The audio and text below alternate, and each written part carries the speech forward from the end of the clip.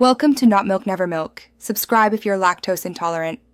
You start by stopping crashes at the source, monitor temps and power, then remove any corrupted drivers. First, run a temperature and power check while playing a short match to see if the GPU hits critical heat or voltage drops. Once done, switch Windows to high performance and disable background overlays.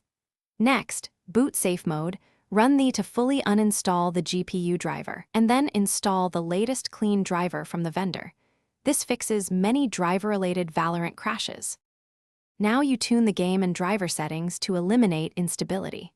Start by setting Valorant graphics to low or default and test for stability. This reveals whether a setting triggers the crash. If you use overclocks, revert to stock clocks in your vendor app because unstable overclocks cause intermittent failures. Then tweak power and thermal limits. Small positive power limits or enabling VSync can reduce sudden load spikes. Also verify GPU control panel settings like texture filtering and finish by removing software conflicts and validating hardware stability. Verify Valorant files with the Riot client and reinstall Vanguard anti-cheat. Corrupt anti-cheat often causes exits. Update motherboard BIOS and chipset drivers, then run a logged play session with MSI Afterburner to capture voltages and temps.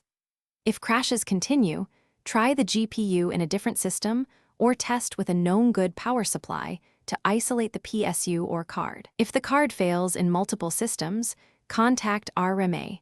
Do this only after you test thoroughly. Thanks for watching. If this was helpful, leave a like and consider subscribing. See you next time.